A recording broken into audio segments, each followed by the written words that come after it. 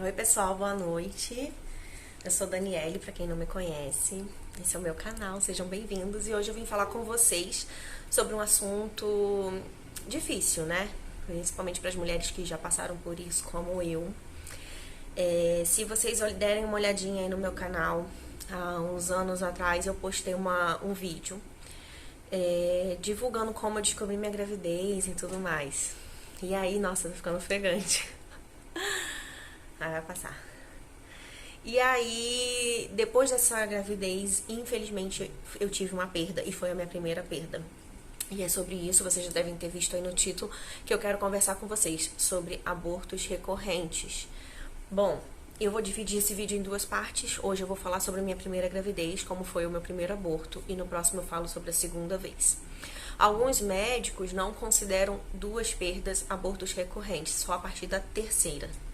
Mas outros já consideram, então, assim, eu vou tratar como se eu já tivesse, né, num processo de abortos recorrentes. Bom, como tem o vídeo lá, na época, acho que foi em 2016, eu e meu marido, a gente queria engravidar, a gente tava planejando, mas assim, ainda meio assim, quero, não quero, sabe? Aquela coisa sem ter muita certeza. Até que a gente decidiu. E aí levamos 3 meses para engravidar. Então, assim, eu entendo que eu não tive problemas de fertilidade, porque em 3 meses eu estava grávida, desde o momento que eu decidi engravidar. Então, engravidei, e aí eu fiz o meu primeiro beta. Primeiro eu tive dúvidas por conta da menstruação atrasada. Né? No vídeo lá você não viu, minha menstruação estava atrasada, eu fui fazer o beta. E aí eu fiz meu primeiro beta. O meu primeiro beta deu muito baixinho. Então eu descobri muito recente, na primeira semana provavelmente. E aí eu já fiquei feliz, tal, contei pra família e a gente quis segurar um pouquinho de contar pro pessoal. Só que, pessoal que eu digo, os amigos e tal.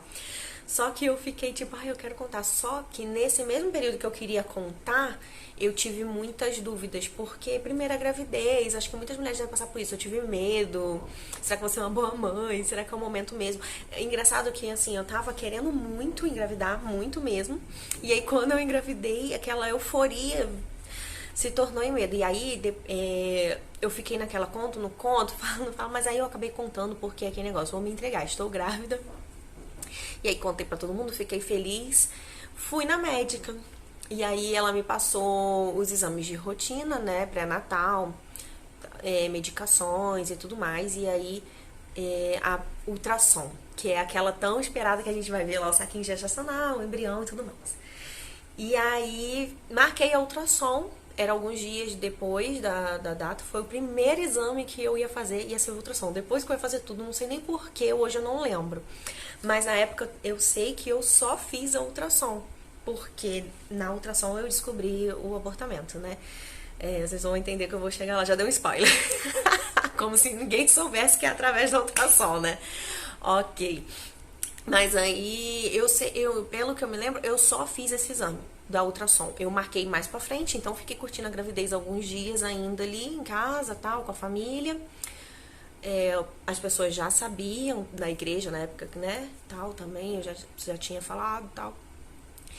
E aí passaram-se alguns 5 dias, 4 dias, pouquinho tempo, tá? Pouquíssimo tempo, comecei a ter um sangramento.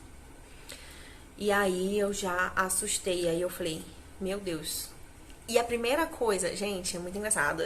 Não sei se vocês conhecem a Fabiola Mello, que é uma youtuber cristã que tem aqui. Ela também tem um Instagram, muito bom o Instagram dela. Ela teve um abortamento agora, recente. Bem no mesmo período que eu tive. Porque o último abortamento é um mês, o meu. E aí ela falou isso que eu vou contar pra vocês agora. Eu me senti culpada. Quando eu comecei a ter sangramento, eu comecei a achar que a culpa era minha, pelo aquele medo que eu tive, aquela insegurança que eu tive. Eu fiquei, meu Deus, será que eu causei isso? Será que eu que tô causando esse sangramento por causa do medo? Mas isso é muito porque as pessoas falam isso pra gente. As pessoas chegam pra gente e falam assim, ai, não fica chateado porque vai prejudicar, não fica nervoso, não sei o que lá. Gente, a gente sabe que as nossas emoções mexem com o nosso organismo, mas a gente também não pode, tomar posse dessas palavras como se nós estivéssemos nos prejudicando. funcione, porque Deus conhece as nossas intenções e a nossa intenção nunca é nos prejudicar. Temor, medo, esse tipo de coisa vem na nossa cabeça, nós somos humanos, mas o perigo é manter esse tipo desses pensamentos e alimentá-los. Os pensamentos podem passar pelas nossas cabeças, entendeu? A gente não pode manter isso, como diz minha mãe, a gente não pode deixar fazer ninho, tem que espantar. E aí, na época, eu sei que eu me culpei muito. E aí eu passei a ter um sangramento igual à menstruação. A minha menstruação dura 3 dias apenas. E foi exatamente o período que eu tive sangramento. E aí eu fiquei apavorada. No primeiro dia já eu fui na emergência. Nossa, vocês viram? No primeiro dia já eu fui pra emergência e fiz o toque, né? O médico falou, olha, tá fechadinho o colo do útero. Perguntou de quantas semanas eu estava e eu estava apenas de 4 semanas nesse período. Então eu descobri, provavelmente com 3 semanas, tinha passado alguns dias só, e 4 semanas foi quando eu tive o sangramento. Então foi muito recente, muito no início que eu já perdi o bebê. Eu não tinha feito nem a ultrassom ainda, como eu tava falando com vocês. Porque a ultrassom tinha que ser um pouco mais pra frente, porque no período que eu tava não ia dar pra ver nada, né? Então por isso que a ultrassom tinha que ser mais pra frente. E aí eu comecei a ter sangramento, o médico falou assim, olha, o colo tá fechado, mas pode sim ter abortamento. Ele não escondeu isso de mim e falou, vou te dar um atestado, você vai ficar 7 dias em casa, né, como que é o nome? Repouso. Você vai ficar 7 dias de repouso e avaliando aí, observando o que vai acontecer e tudo mais. Não me lembro desse período ter saído algum coágulo de sangue, algum pedaço, alguma coisa mais assim. Ficou parecendo uma menstruação mesmo. Aí eu já fiquei até com noia na minha cabeça de novo. Falei, gente, será que eu tô grávida mesmo? Será que eu tô menstruando e tô achando que tô grávida? E aí eu comecei a pensar num falso positivo. Aí eu falei, mas não é possível. Eu tinha um beta na minha mão dizendo que eu tava grávida. E eu tava achando que era falso positivo. Oh, meu Deus. Aí fiquei avaliando. Passaram-se os 3 dias. O sangue cessou. Apenas 3 dias. Na segunda gravidez foi bem diferente, vocês verão, vocês saberão no próximo vídeo. E 3 dias o sangue passou, mas eu continuei em casa de repouso, de atestado e tudo mais. Inclusive tive que ouvir que gravidez não é doença. Só Deus sabe, né, gente, o que a gente passa. E a gente anda resistindo. Pelo menos eu, graças a Deus, Deus tem me fortalecido, porque a gente ouve cada coisa que eu vou te falar. Aí passaram-se esses 7 dias de atestado, mais 4 ou 5 dias, ou seja, umas 2 semanas depois de quando iniciou o sangramento, chegou o dia da minha ultrassom. E aí, quando eu fui fazer a ultrassom, eu estava com esperança de ter um nenenzinho ali. Eu não tava achando... Porque como o sangramento parou, eu achei, ainda tô grávida. E fui toda feliz fazer a minha ultrassom. Cheguei lá e até levei minha cunhada comigo pra ela poder filmar. E aí, quando chegou lá, eu falei, Jaque, filma tudo aí, nós vamos mostrar pra família e tal. E aí, o médico não encontrou nada. Nem saco gestacional. Nem saco gestacional, já não tinha nada, meu útero tava limpinho já. E aí, ele falou assim, você tá grávida de quantas semanas? Eu falei, provavelmente de 5 para 6 semanas, né? Porque, pelos períodos que eu tinha passado e tal. Aí ele, não existe uma gravidez de 5 semanas aqui.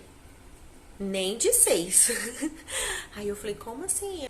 Aí eu contei pra ele que eu tive um sangramento. E aí eu perguntei se ele achava que tinha ocorrido a perda do bebê. Contei do meu beta que foi baixinho.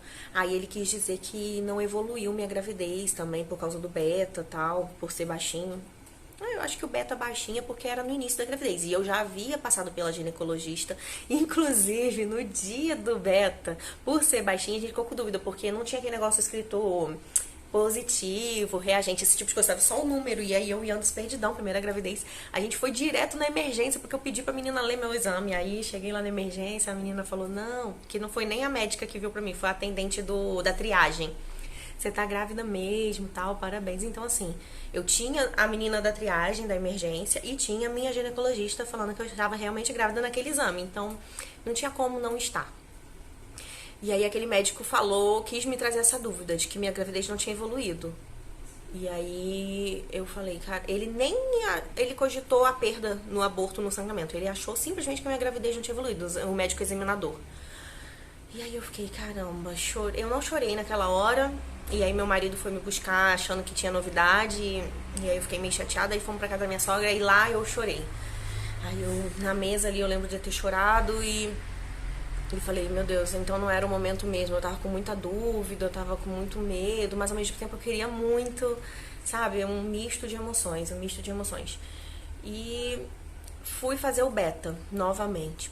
O médico falou, se fosse você fazer um beta, né? Esse médico examinador. E eu, quando eu fui fazer o beta, não estava mais grávida. Deu negativo, né? Um númerozinho diferente do que estava antes. E é assim que aconteceu esse primeiro abortamento. Eu quis esquecer, falei, eu vou deixar isso pra lá, eu não vou engravidar nem tão cedo, eu botei na minha cabeça, eu não vou engravidar nem tão cedo, não sei nem se eu vou engravidar de novo. Eu já tinha esse tipo de pensamento antes, do tipo, não sei se eu quero ter filho, não sei o quê. E aí quando aconteceu isso, eu meio que fiquei, não quero engravidar agora, tal, não sei o quê. E fiquei empurrando com a barriga enquanto pude. Aí tinha hora que Anderson queria, aí eu não queria, aí tinha hora que eu queria, Anderson não queria, e ficamos nessa, depois dessa gestação aí. Eu voltei, depois dos exames, lógico, do beta e tudo mais, eu voltei na minha médica, eu mostrei pra ela o que aconteceu, e ela falou assim, não, Daniele, você realmente teve uma perda, né, explicou tal, aí fizemos outros exames, estava tudo bem comigo, a partir dali, esperar o tempo pra poder tentar de novo. E aí, como eu falei com vocês agora, eu resolvi esperar. E aí passaram-se 4 anos e alguma coisa, quase 5, até a gente decidir engravidar de novo. E agora eu vou contar no outro vídeo pra não ficar muito grande. Deixa aqui seu comentário, se aconteceu alguma coisa com vocês parecido, pra gente poder conversar, trocar ideia. No próximo vídeo acho que ficou mais esclarecedor pra mim o que vem acontecendo comigo, apesar de eu ainda estar pesquisando, e eu vou falar pra vocês lá, tá bom? Um beijo, fiquem com Deus.